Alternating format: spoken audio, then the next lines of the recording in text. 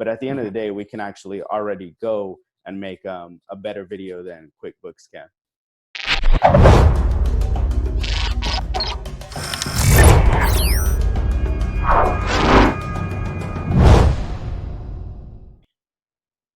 So welcome to episode 2 of our podcast. Today we have none other than Juan Garcia, the CPA marketer. He is going to talk to us about what he's got going with his business. And Juan, to start out, could you tell us a little bit about yourself? Your origin story is fascinating. I just, whenever I hear about how you made the decision to make the jump you did, and I'd like to understand a little bit better how you got to where you are. Thanks. First of all, I appreciate you having me on, Russell. Very, very humbled. And I'll get right into it. I mean, I was born in an impoverished environment out of San Antonio, Texas. Born and raised. I went to Texas State University, and that's where I majored in accounting, cut my gums on, things like intermediate accounting. I went home that summer after intermediate and intermediate 2, and I was quite honestly, I was telling my parents, man, this stuff is hard, but I'm going to do it. So that's probably the only time I complained, because what I realized was that accounting was probably one of the best things to study in the business school, out of a college, out of a university these days, whether I liked it or not. Right. And so I just continued down the path, used my communication skills in college. We won a couple of communication-oriented competitions with Beta Alpha Psi. That's the Accounting Honor Society. So gave a few presentations for them. Won nationals, right? Went to PricewaterhouseCoopers after an internship with them. Actually advised their U.S. marketing director on marketing. The biggest brand in accounting, really, they needed help with marketing. So Isn't that incredible? It was surreal. It was a surreal experience. It wasn't supposed to happen. Actually, that meeting wasn't supposed to happen. So they kind of found out that we knew marketing. And when the regional partners heard our ideas for marketing, my intern group and my ideas, they were like, no, our marketing director has to hear this. Right. And, so I kind of have fun with that situation, but I'm very humbled by that experience, as well as helping them emotionally land an NBA basketball team. And I was very nervous in that situation, actually. But some big moments there. That's why I went to a place like PricewaterhouseCoopers, just so I could really have Hollywood moments. And I was very humbled. Then I moved to Silicon Valley, the Bay Area. You know all about the Bay Area, Russell. And, I moved there for tech accounting, really, tech auditing versus oil and gas in Texas. I knew a bit about cryptocurrencies going in, so I really wanted to audit cryptocurrencies. I did end up auditing millions, hundreds of millions in cryptocurrency by a big name, a venture capitalist. From auditing a big name venture capitalist, and I was actually the most knowledgeable on the team of experienced professionals. So although I didn't have years of auditing experience, I definitely found my ways to contribute to the team, contribute to PwC in all these different ways. And I'm kind of going over the accounting portion of this story here, right? But essentially, one day driving to work, it really popped in my head, like the question popped in my head, okay, do accountants need marketing? Because I had plans all along to create a marketing firm. But the thing was, I was going to stay at PricewaterhouseCoopers, save up enough money until I was ready to actually start a firm and then serve musicians and athletes. But on that day, the story is actually funny. I don't know how I got that idea, or I asked myself that question, hey, do accountants need marketing? But when I parked for work that day, I checked LinkedIn for 15 minutes. I was like, okay, let me look at what these accounting entrepreneurs are up to. And I was like, oh man, they need marketing, right? And then I checked competition for 15 minutes. That's probably the most research I had done on competition really my entire time. And I mean, there's great stuff out there, right? But I was just like, in that 15 minutes of looking at competition, I was just like, I'm going to bring something that just, it doesn't exist right now in terms of what accountants specifically are getting. And so then I put in my 2 weeks, 2 hours later, and that was my first day of the Gold Lake Media. And that's what I'm doing now. That's just incredible that you would have that realization and make the jump that fast, because usually people don't make decisions that quickly. You know, we spend an awful lot of time with like deer in the headlights kind of situations when opportunity or even danger presents itself. People don't move like that. So Sure. I find that really interesting that you were able to do that, and reasonably fresh out of college, and you land a job at PwC. I mean, how many thousands of people would have loved to be in your situation, and you realized that you were destined for bigger and better things. And once you came to that conclusion, it was done. And so you just jumped, which I find that amazing every time I hear it.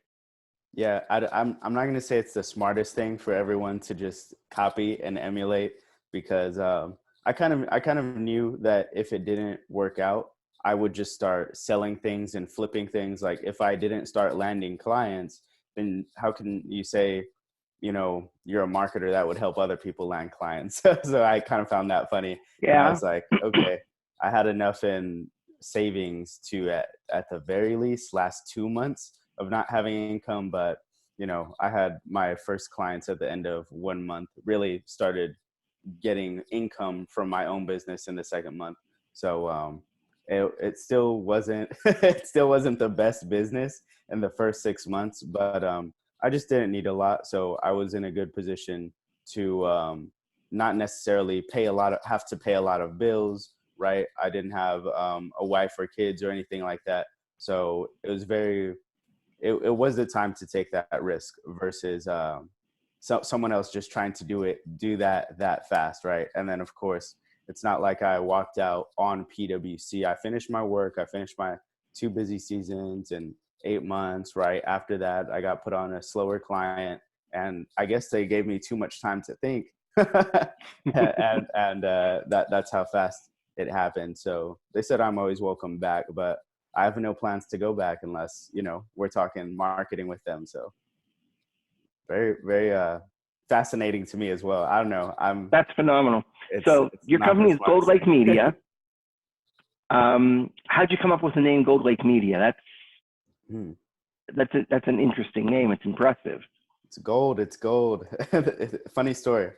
So the name Gold Lake Media is actually my company name, because the name Green Lake Media was taken, and Green Lake is actually a worse name now that I look back at it. And so it's kind of Gold Lake Media by accident. Now we can make all these, you know, funny like marketing phrases like, oh yeah, like this is golden, right? Like you want to take your golden nuggets, right? So I think I didn't think the name was that important actually, because I didn't make the marketing firm to cater to accountants specifically, right? Because I didn't want to just stay in that lane. I wanted to market money, music, and sports. And so I just thought the name overall should sound very prestigious, right? Excellent. Maybe like even a financial firm, right? Gold Lake Financial, even that would sound good. So not too big on the names, like the industry specific names. I don't like that for some reason. So all about the long game. No, it's very interesting. So tell me, when is it that you started up as Gold Lake? Are we talking a year, 2 years at this point? So it's about a year and 7 months, a year and 8 months. Trying to do the calculation in my head, but April 9th of 2008, that's when I started Gold Lake Media. 2018. Right. Okay. Right. But I actually had digital marketing clients in college. And so Gold Lake Media actually did start in college. It was just, it was like a few clients at a time, right? It wasn't I didn't take it very serious. So that's kind of something a lot of people don't know, is that I actually went into PricewaterhouseCoopers. they told me that I couldn't have any clients. So that was a bummer. I couldn't even have one $500 client going in. So I went from being an entrepreneur to then being in the corporate world. And I guess I had to get back to my real entrepreneurial ways. Yeah, a lot of big companies do that. I remember talking to a friend of mine that was a loan officer at Wells Fargo Bank, and he also had been a personal trainer at his local gym, and they made him quit that job because that sucks. they're not allowed to have any other business interests or employment, or I'm not sure exactly why corporate America in the giant companies cares so much about what you do with your own time. But apparently it's normal from what I've been told.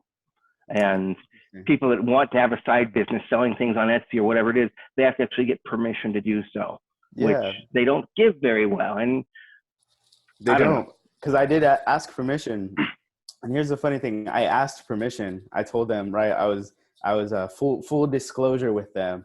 And then I got in PricewaterhouseCoopers, and there were like managers and partners and like, you know, other people with these businesses that they never asked permission for. And I was like, dang, I just shouldn't have said anything. Now that is interesting. So even though that's a rule, they don't actually enforce it necessarily. Right, unless you show your hand like I did. So wow. Full disclosure. I don't mind it. That was funny. That was a funny situation. That is interesting though. So let's see. So we're basically in your second year of official business here, and your reach amongst accountants is phenomenal. When you see how many people all over the country know about you and are using your services for what you do. It's interesting. Yeah. Tell me, what people have been the most influential to you in getting your business up and running and off the ground? Right. I would say definitely my clients, because if they hadn't listened to me, implemented the things I said, then they would just be, no one would know about them. Right. So my clients that people actually see in the public, like Justin McCullough, CPA Enterprises, like Jose Zavala, CTX Advisors, right? Really clients to where we were talking and strategizing and helping them out when no one knew about them or their name or their media or their impact that they would then have in the space, right? So definitely, I think my clients that people are seeing, those have been the most influential people, because, you know, they're building businesses. I'm a younger guy, so I'm watching people also maintain families and run their business. That's super interesting to me. My clients who have also made hundreds of thousands off of me, while not being charged that much. I look at them, even though people might not even know those businesses because I don't talk about my clients much. I look at them as awesome business builders, and they're building teams to then even get the capacity to grow. They're saying things like, hey, Juan, I'm going to send you this book on building teams, because it's time for you to build a team around you, right? And start building your business. So I would definitely say, outside of my mentors who I talk about all the time, like David Meltzer, interesting people like Kelvin Joseph, 30 under 30 EY CPA, Inc. 30 under 30, the year with Mark Zuckerberg. He's a marketer now. He likes to throw that out there. So those mentors. Then I have a group of secret mentors that no one knows about yet that are going to be very impactful to the space and get personally involved with some of the accounting brands we have going on. But outside of just me getting attention in the accounting space, I actually don't think that's as important as my clients getting attention, because when you've probably had this on LinkedIn where a marketer comes in your inbox, right, and they just start selling right away, or it's that generic first message that we've all seen, and then they're sending you links and things like that, right? So I think those marketers, especially in the accounting space, they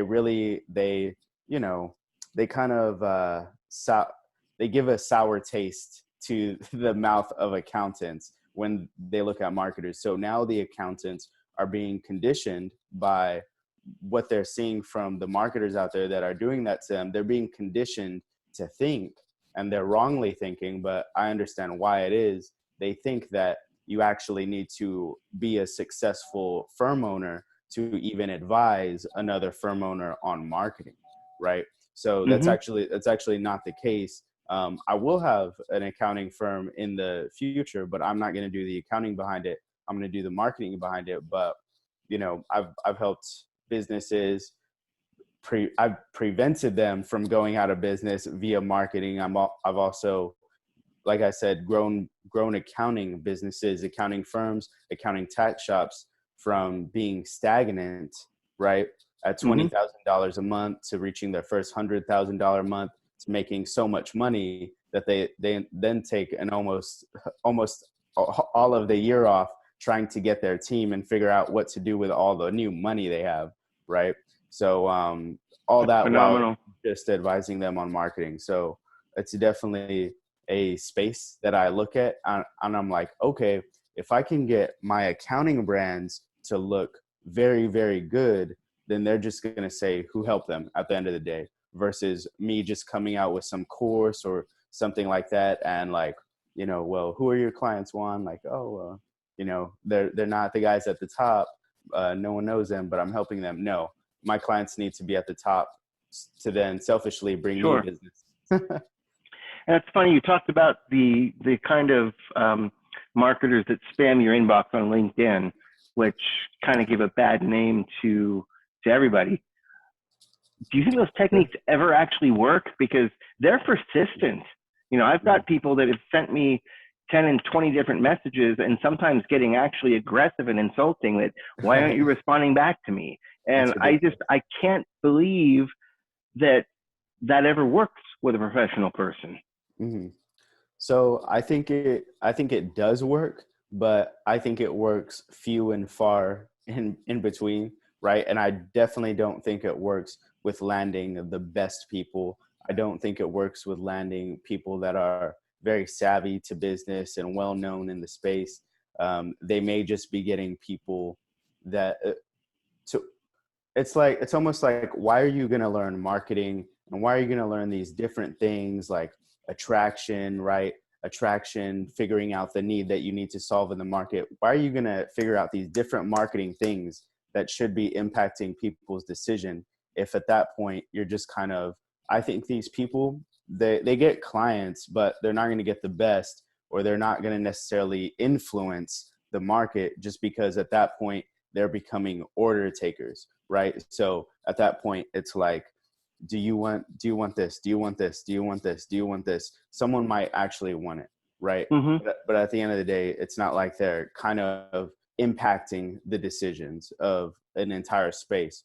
Whereas even I, like,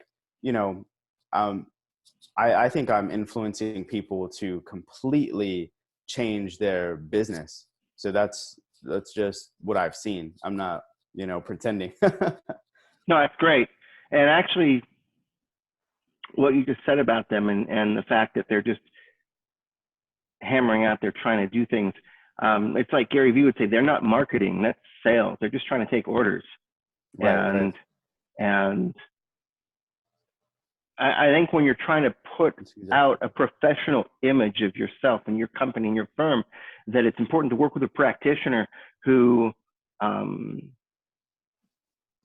does things on the up and up, and has a professional image and the talent to put the information out there. And of course, I know some of the people that you've been working with, because I interact with them too.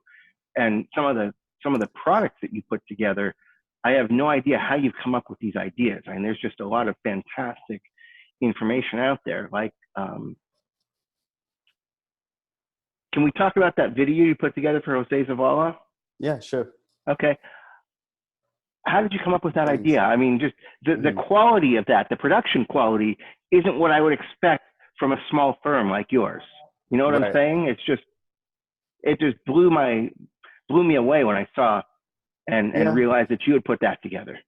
Yeah, that's interesting, right? Because from the beginning, we actually knew we were capable of that and even more. So it's kind of funny to go back and hear the tapes, like rewind the tape from the first year, right? Where we kind of, we're poking fun at the market and saying that, well, we're actually the best. Like, we can do much more than these other firms are doing.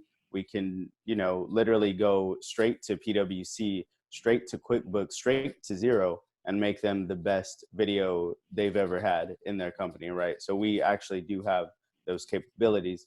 And the reason that we have those capabilities is not because of me, right? I'm not the cinematographer, but because of one of my good buddies and now team members, really head of our cinematography department, Remy Salou, who will actually be on the JX4 releasing on at the beginning of November here. Really? Yeah. So you'll get to hear from him. He's going to come in, make a lot more accounting specific, give some more accounting specific speeches on content. And, I met him in college when I needed a video for my t-shirt brand, right? We had a really good meeting. We had a really good chemistry. We started talking about other businesses that we were running in college, right? And then from then, he went on to do great things, work with well-known people, influencers that have millions of followers, right? Actors that everyone knows, Matthew McConaughey. He'll talk a little bit about that. And then big brands, right? So these big brands really value him. Dropbox, there's Dropbox recently that he did a holiday party video for. And all this stuff is just, it's kind of coming together because I have other team members that are like that I met in college and are now like, okay, Juan, like, let's help you out with the accounting space, right? So it was really Jose willing to be one of our first test cases for an accounting style video, right? And we knew storytelling was important via Remy. I'll just give him an idea. Jose will give him an idea of what he wants. And then Remy, he's a great storyteller. He'll just start coming up with all these ideas. He definitely has the reference experience of working with the best. And so, I'm the business owner. So I was just excited to see what Remy would create in that case where Jose needed kind of a signature piece to put on his page, right? To say, hey, as far as making a commercial, this is a commercial. And then from making commercials and those big pieces of media, we've always stuck by it. And like, this is actually recorded in Instagram DM voice messages between me, Remy, and Jose. We're like, hey, this commercial, if it looks like a commercial, it's wrong. It needs to be a great little first case study. But that can definitely cause some confusion. The confusion between we're willing to do raw cell phone video, right? But at the end of the day, we can actually already go and make a better video than QuickBooks can. It's amazing. No, yeah, it's just Remy's amazing. Remy's amazing. It was funny because the first time I saw that video, I didn't realize that was Jose's video that had been put together. I thought, oh, cool. How did he get himself into that video? That's interesting. No, that's all his brand. That's, Remy definitely took his style and he took what Jose really cared about, looking at the Latino market. And, for a Latino watching that, especially in Jose's market, they're like, man, that's, that means a lot in some way. Right. So that definitely resonates, as they say. Very cool. So one thing that I've noticed in watching how you interact with people, and part of why I think you're so good with the accounting industry is since you came as an insider, you know how to talk to those guys and get your point across so that they understand it. And I think that gives you a huge advantage over companies that have many multiples your pocketbook as far as how much money they can throw at these problems, because definitely they can't get inside these people's heads and help them understand why they have to market, how marketing can help them, the difference between marketing and sales when they're positioning themselves in their firm for growth. And I think that the insider's perspective that you bring to that makes your entire proposition a lot stronger. I don't know if you've noticed that specifically. Mm-hmm. You know that my history with the accounting industry has to do with teaching accountants how to expand their practice by offering mortgages to them or to their clients. So I teach them how they can manage their clients' mortgage obligations in such a way that whenever the client can save money and have the bank pay all the closing costs, they do it. And it's hard to get them to listen to the message sometimes. Mm-hmm. Even though a lot of accounting firms are trying to find ways to increase their penetration into their clients' lives and increase their offerings so they can increase revenue too. That's important. Mm-hmm. The guy at my former firm who was the best at doing it used to be a CPA. Right. And so he'd get them on the phone and he'd introduce himself and say that he was a former CPA and wanted to talk to them about this opportunity that he's had, that he's been doing for the last 20 years. And so he is far and away the best at recruiting people for doing these kind of opportunities because he talks to a CPA like a CPA. And that's a talent that I've noticed from you right off the bat, even though you're this kid, what, in your 20s still? You're young. Right. Well, I just turned 26, so getting ready. That's amazing. You know, I was 24 when I started my first company, and that's the software company that created all of these systems and everything. And that's awesome. I'm still getting royalties every year, not as much as I thought I would, but I'm getting royalties off of software that I wrote over 20 years ago. Right. Because it's still being used, and the technology behind it, we've gotten royalties from some of the biggest mortgage lenders in the country who've also adopted that technology in their offerings. Love it. So I think that at your age, having a fantastic idea, taking the idea and running with it rather than waiting, I need to have $100,000 saved up or whatever excuses people do for not making the leap. I've watched this a lot on Gary Vee's content when he's talking to people about your age, and he says, you have 3 or 4 more full lifetimes to live. So if you have something that could be world changing that you're thinking of right now, do it. And I admire the fact that you were willing to take that leap when you did, because again, like I say, most people don't react when the opportunity presents itself, good opportunities and bad opportunities. They just don't, they like to kind of stay in their comfort zone. Definitely. So you mentioned something a few minutes ago about one of your clients sending you a book about team building and other things like that. How do you best learn when you need something new that you have to come up with? Do you read? Do you watch content on YouTube? Do you figure it out on your own, or what's the best way for you to learn a new skill? Sure. Not only, in entrepreneurialism, right, but in business, period, I think the education aspect is such an important piece to become a better business person, right? You always want to be learning. People have heard that before. And I think a way to do that is classically, like I just look at history, right? Classically through books, right? What else do you have now? Well, you have things like podcasts. What else do you have? You have things like different pieces people have written, how-tos, case studies, why this works, why that works, right?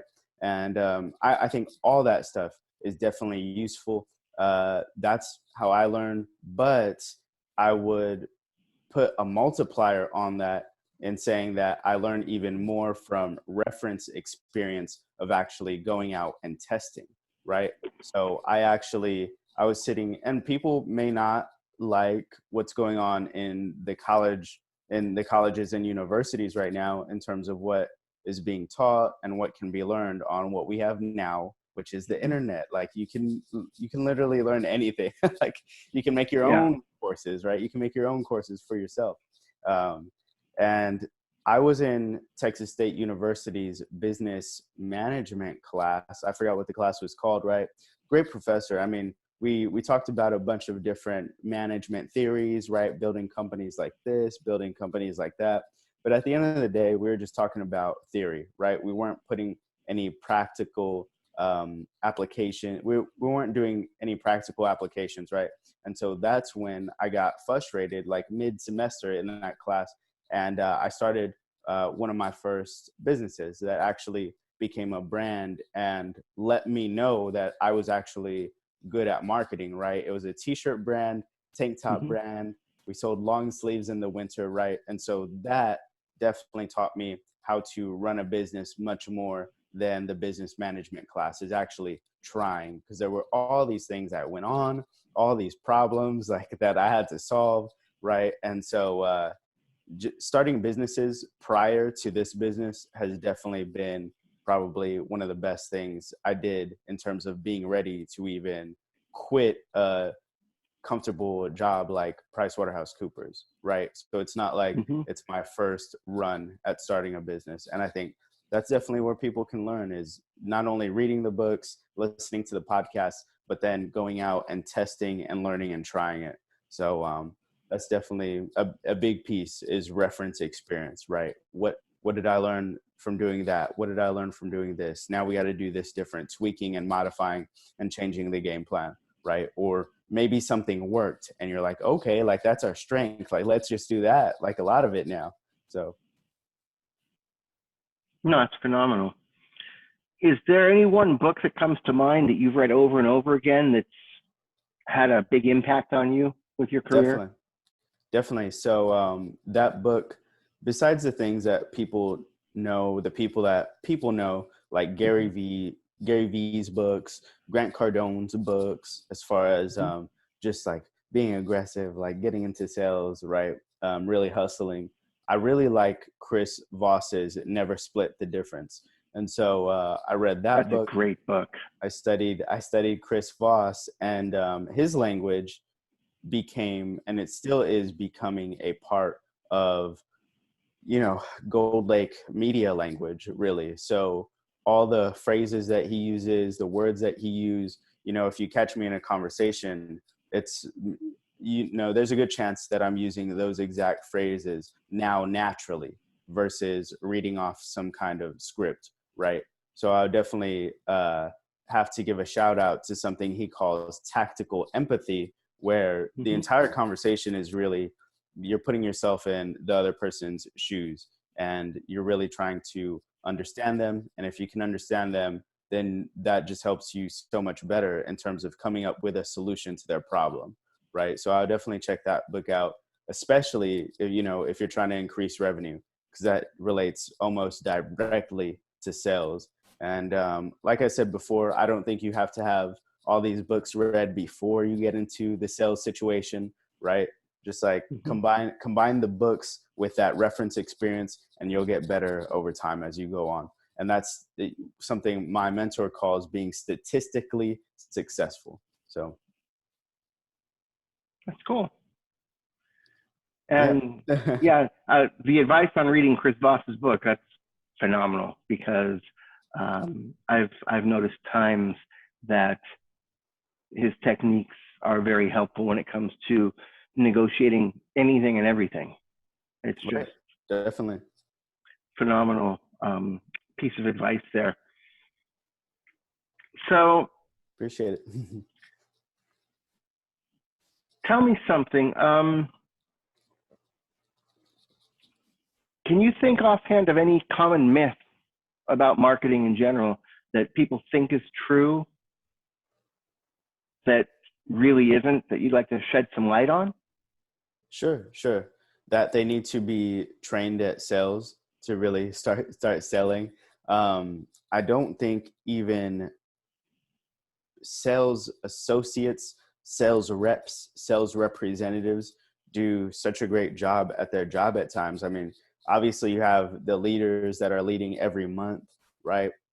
But just think about it. If you've ever been sold anything in your life, especially over the telephone, I mean, you have these sales people where it's their job to sell, making all types of mistakes, especially if someone like Chris Voss looks at them and isn't in a negotiation with them, you know, he's just probably spotting so many mistakes.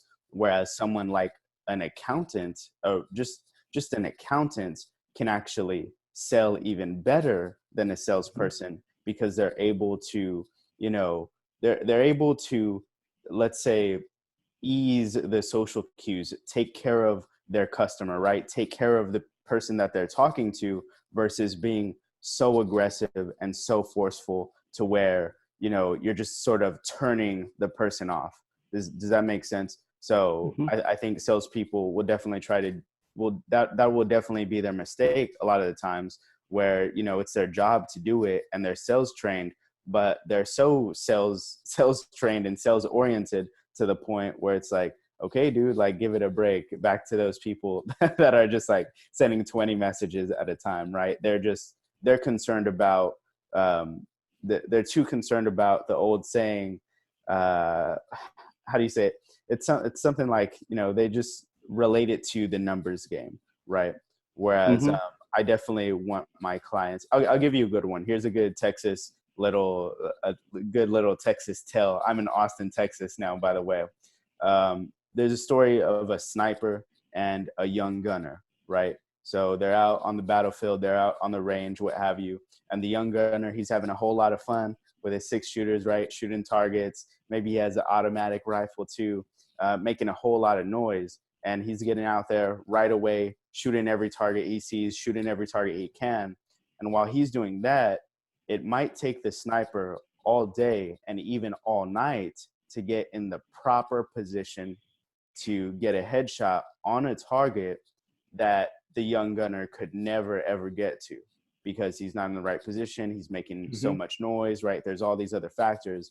So while he's out there having a whole lot of fun, right? The sniper may be getting into position, take one shot, but it's the shot that the young gunner could have never, ever had no chance at making, right? And so that's how I look at B2B marketing, really. And what position do you want to be in? And I kind of relate that to the marketers that you see in the inbox versus someone that's going up to Gary Vee, right? Telling Gary Vee himself, I mean, you said it, that, you know, I've been through the accounting track, at least been an insider, even if it was a little bit, right? I told him that even he doesn't know enough about accountants, right? Let me talk to James Orsini in your company, who did work at a Big Four, right? He's like, oh, okay, you know what's going on. And so I did talk to James Orsini. Now James Orsini, once in a while, he'll send me different links to different law firm articles as I can relate it to the accounting space. He'll send me different accounting brands, accounting pieces of media in my inbox now. And before all that happened, like, I could never imagine that would happen, because there's such a big fish, VaynerMedia plus the Sasha Group, and really they can compete with me, right? But rather than compete with them, I'd actually refer them business if I felt like I had a project that was just too big for me. So in any case, from top to bottom, we do have the network and the capabilities to serve the accounting market, no matter how big the business is. And that definitely goes back to being that sniper. That's a fantastic story. And yeah, you want to be the expert practitioner in whatever it is that you're doing. Right. And I'll throw the last question on there is, okay, well, if you look at that young gunner and that sniper, who gets hired to be the world-class assassin?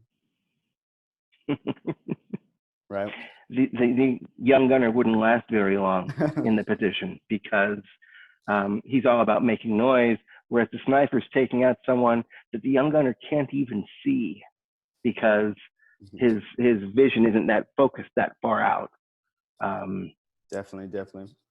That's a fantastic story. And I think it's really interesting that it takes a little bit of audacity for you to say to Gary Vee, there are things that I can do in accounting that you can't, because you don't know what I know. And that's right.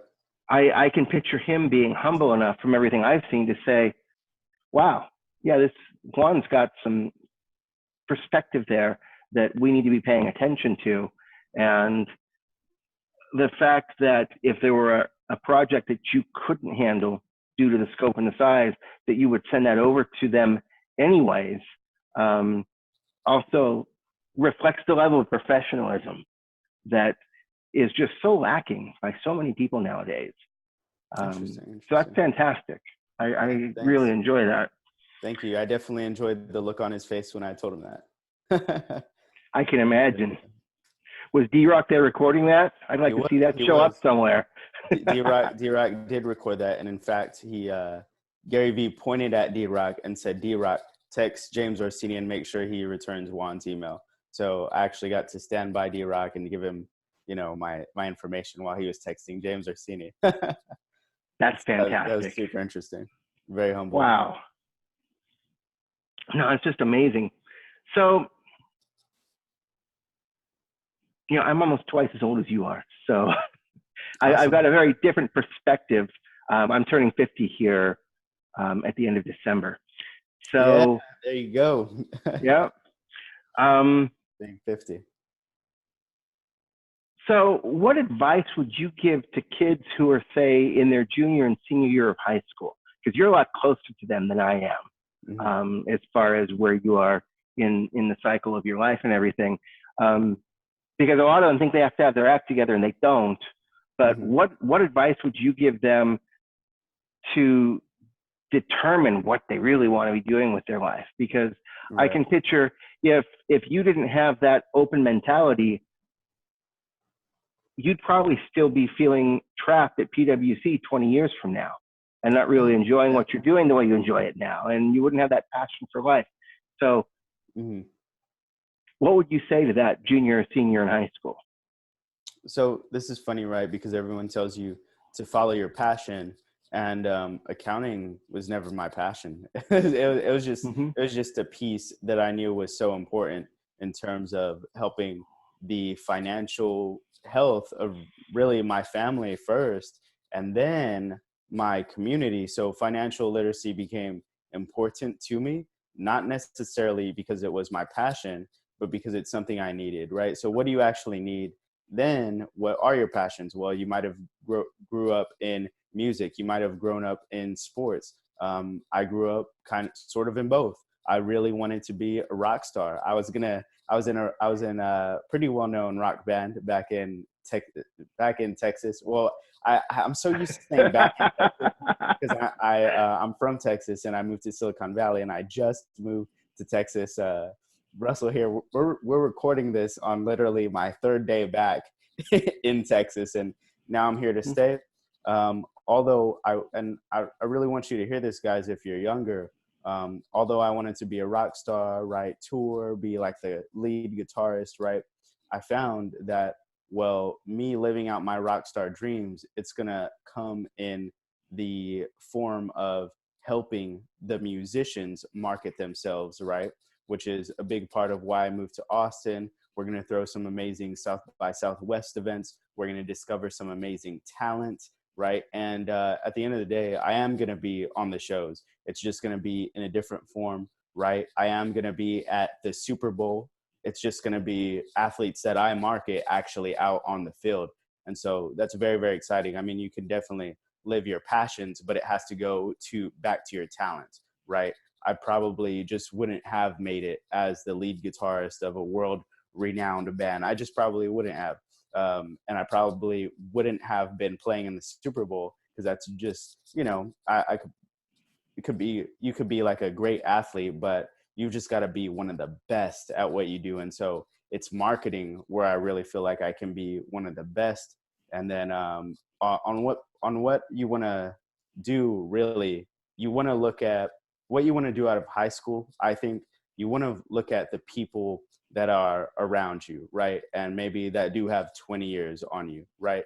So I didn't know this back then, and I didn't even know it when I was looking around at people, but I would look around at my managers at PricewaterhouseCoopers, right?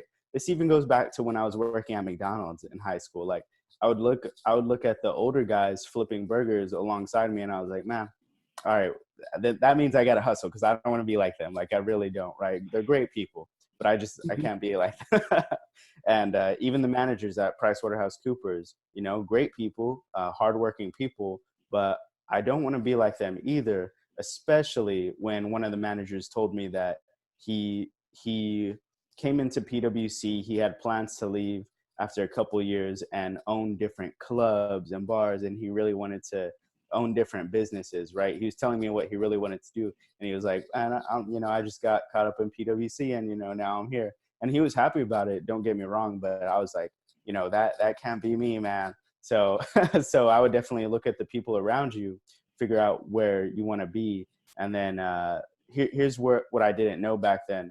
David Meltzer actually told me, find 3 mentors that are where you want to be, and just listen to them, do what they do, right? And I think it's as simple as surrounding yourself with people that you want to be like, when you look at the people that have been there and done that. Wow. That's really interesting. Thanks. I mean, I can't believe I'm here at this. I've got a lot to go, but definitely humbled by the people that I've. And you're definitely on the right track, and that's part of what's so much fun about watching the way you do things. And thank you. So this is complete tangential to everything else. I've seen a lot of people talking about outsourcing what you can to other countries where things are cheaper. Sure. And I know I've spoken to accountants who are having some of their bookkeeping done by overseas accountants because they do it faster and cheaper and better than what they can hire here. Are you touching in on any of that with what you do with your business, or are you sourcing everything locally, or how do you handle all the actual legwork for the stuff you produce and put together? Right. So most of the stuff we produced, it's actually been produced here in the States, or I have an extensive network of marketers that can be kind of a fulfillment center to me.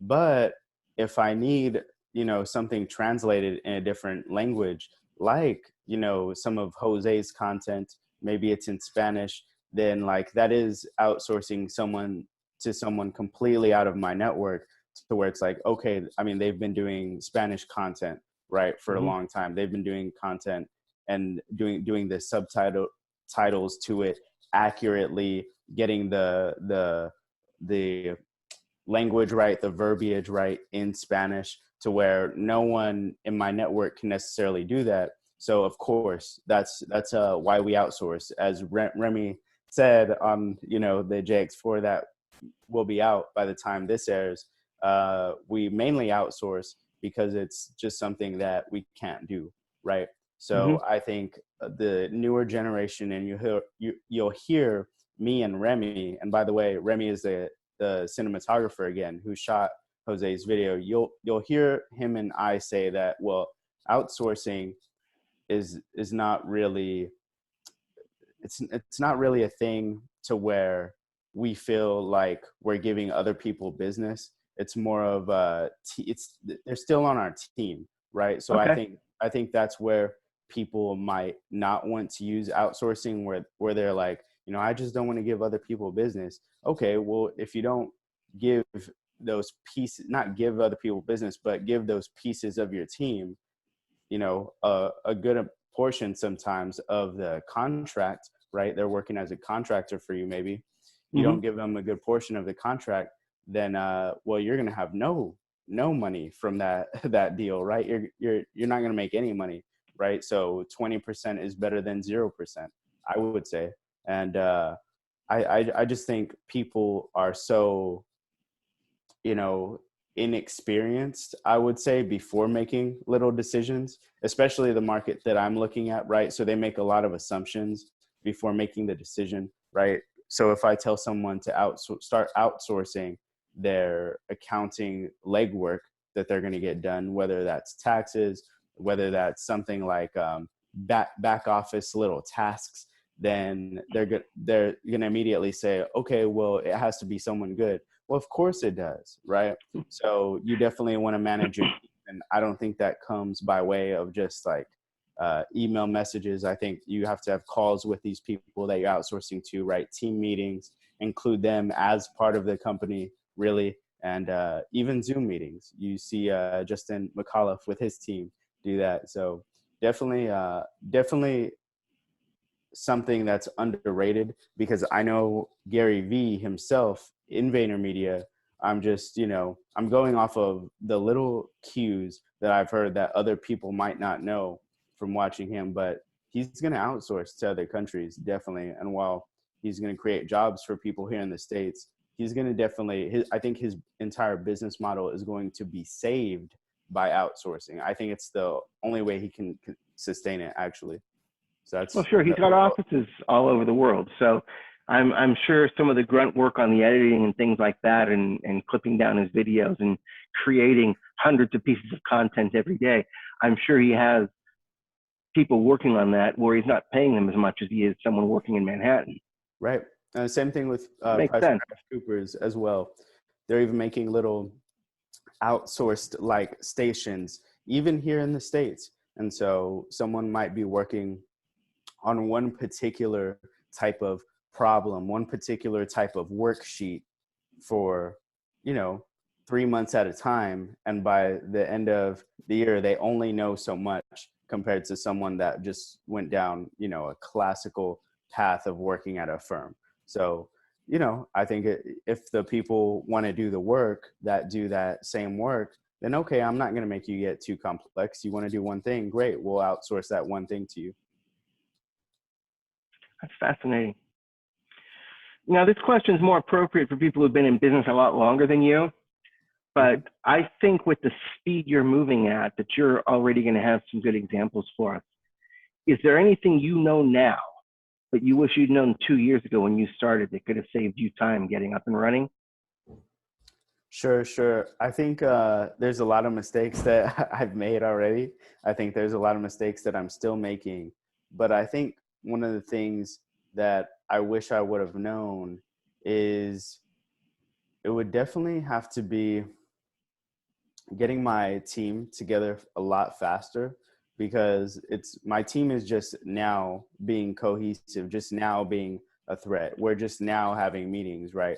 Versus where at first I did tell my team what I was doing in the market, but I didn't show them, right? So I just told them they have their other marketing things that I'm dealing with. I would tell them things like, I'm warming up the market for you, right? We're going to come in, we're going to dominate. They were really excited at that time. And this is in my first year in business, right? So I think one of the biggest things I could have changed that maybe people can learn from, can gain some value from, is not necessarily telling your team what's going on, but literally showing them. Because when I started showing my team what was going on, they were much more riled up to come participate in the market, right? I'm sending a QuickBooks video, right? QuickBooks comes out with a new commercial. I'm sending it to Remy. I'm showing him, and then he's saying, "Oh man, we're gonna get this space. Like, we're gonna make some of the best media in this space," right? So versus just telling him, "Hey man, all this stuff is going on in the accounting space. Come help me out," right? Definitely more effective if you show your team. So definitely excited to grow my team, and I think that's the next step, because that's very cool. I've grown my solo brand in this space, but it's time people start meeting team members.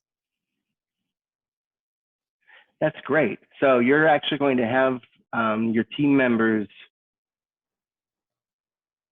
be more public facing, and people are going to realize that they're also part of Gold Lake Media and interact with them the way they do with you. Right. Do I understand that right? Yes. The ones that can do it, the ones that are ready to do it.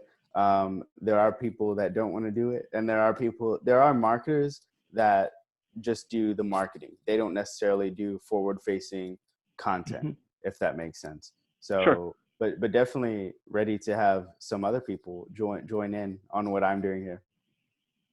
That's phenomenal. Can you think of something that I should have asked you that I didn't so far? That's an interesting question. Should have asked me. Well, let me ask you this. What do you think would provide by far the most value to your audience? I mean, here's a question.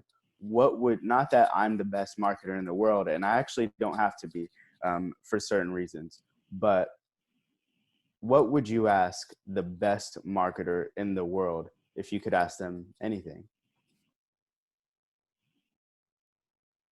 That's a good question.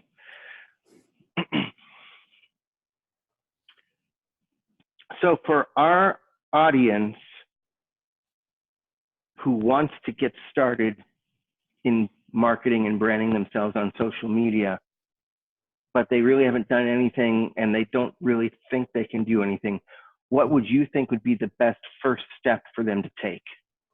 Okay. I think the audience definitely needs to figure out one moment. Okay, sorry, my phone was going off. No problem. But it's trying to stop you from getting this gold right here. But I think, you know, people say you need to have content, you need to have a big brand, right?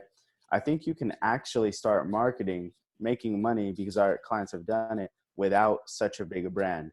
All you really need to do is figure out, you probably have your target market already nailed down. You know how you would qualify a customer, you know who you would want to serve, right? So I'm not going to give you the classic, you know, marketing speak of figure out who your target market is, right? That's very basic.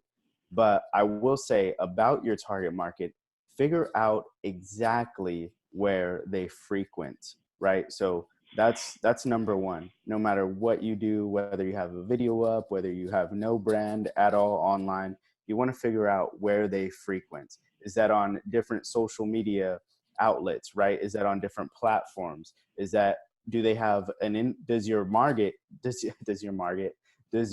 market, your target market, do they have a certain influencer that they look up to that you can then go in the comments and start interacting with them? That acts as a pool where you can basically, you know, you can see your leads swimming around in the pool, right? And are they qualified leads? Well, I don't know. I think that's one of the biggest misconceptions in marketing, right? I want qualified leads.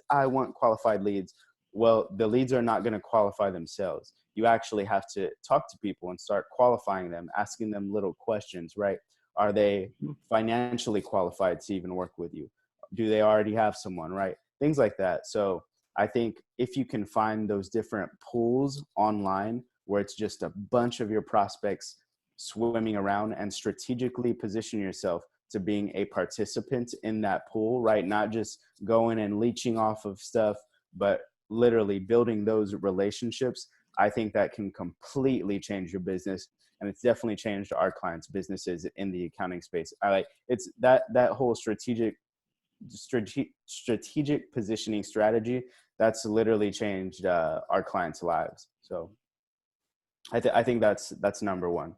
Figure out where your market frequents, and you definitely want to be not only hanging out there but become a part of that community. Very cool.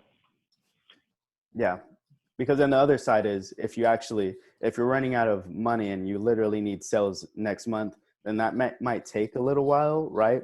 But you can still find one of those pools and then kind of just go hardcore trying to sell everyone, right? It's just like, okay, don't piss people off in the, so let's say the community that you actually really want to build long term. So there's two sides to that: long term, short term. They both matter. Fascinating. And I think that's the money making advice. That's the money making advice right there, versus like running ads or something. Even though ads are good, but I figure most people don't necessarily have enough money, the budget for ads right now. That's really good. No, I appreciate that. So what's the best way for people to get in touch with you if they want to talk to you about marketing for their firm? I think the best way is LinkedIn. If you have any type of firm, really LinkedIn is one of the best platforms to be on right now in terms of organic growth, in terms of B2B, right? And it's statistically more profitable than other means of media. So I would definitely want to connect with you on LinkedIn. You can ask me little questions about, am I doing this right? Am I doing that right? I'm pretty open and forthcoming with the information that I can give you, right? I'm not necessarily, you don't become my client all of a sudden, but I'll answer a little question if you get me in the right, if I'm in the right mood at the time. So definitely connect with me on LinkedIn. You can search Juan Garcia, the CPA marketer, or Instagram is another cool place, at Gold Lake Media. And I know you're on TikTok, Russell. Is that right? I am starting to get on TikTok. I'm working on that and starting to do some content. I'm putting out credit advice for the kids. We're telling them things that, so I'm trying to find, let me give you an example. Over the last year or two, I've had a few kids, I call them kids, they're 22, 23, 24, going out and buying their first house for $400,000 to $600,000. I'm just amazed. And these are not people with high paying jobs. These are blue collar workers. And they just got their shit together. And I'm seeing that a lot amongst the millennials, is they're a lot more responsible and more together today than me and my friends were 20, 25 years ago. Seriously. And so I look at that, and so what I think to do, because obviously on TikTok, we're limited to do a 60-second video. And so I try to find some little nugget about credit that I can tell them. Don't make this mistake. Don't make this mistake. Do this, not that. Things like that. And I put it out there, and TikTok will shoot it over to Instagram, which then puts it onto my Facebook business page and Twitter. So it's just taking the same piece of content, but reusing it. And then of course I share it to my personal Facebook page, which has a lot more information. And good idea. Good deal. And I've done some things now. Some of my son's friends have found my TikTok. They know who I am because I'm the parent volunteer coordinator for the musical at their school. They do very high production value musicals. Last year they did Phantom of the Opera, and it was phenomenal quality. And so part of why this is all so good, out of a school of 1,200 students, I got like 400 are in choir, which I can't. It's so different than it was 30 years ago when I was in high school. Just the entire, at his school, the cool kids are the ones that sing. And that's just choir. And then of course they've got their band and symphony groups also. So I would say better than half the student body is in some kind of a music class. That's interesting. That's cool. It's phenomenal. But because of that, the kids know me, first of all, because whenever they want to do something, I try to be the parent that drives them, because I want to be there, and I listen, because they forget that I'm in the car and they just start talking about whatever. But so he's getting embarrassed because they're seeing my TikToks, and sometimes I'm doing the quirky things with the filters and the overlays and stuff that they do. And sometimes it's just good information, or I tell a stupid dad joke or whatever it is. Awesome. So it embarrasses the hell out of him, but of course I'm going to keep doing it because it's getting noticed. And I've actually got some mastermind groups of other loan officers all over the country where we're helping each other come up with different ideas on doing something. For example, that's awesome. I did a short 15-second video last night about the Fed decision and what that means to them and what that means to mortgages. Because, the Fed announced a 0.25% rate drop yesterday. A lot of people think that means mortgage rates are 0.25% better. It doesn't work that way. The type of catastrophe that would have to happen to move mortgage rates by 0.25% in one day, you don't want to see that. I don't think that's happened even once this year, even though the Fed has dropped 3 times. And this year is the most volatile year for mortgage rates since 2011, as far as overall total movements.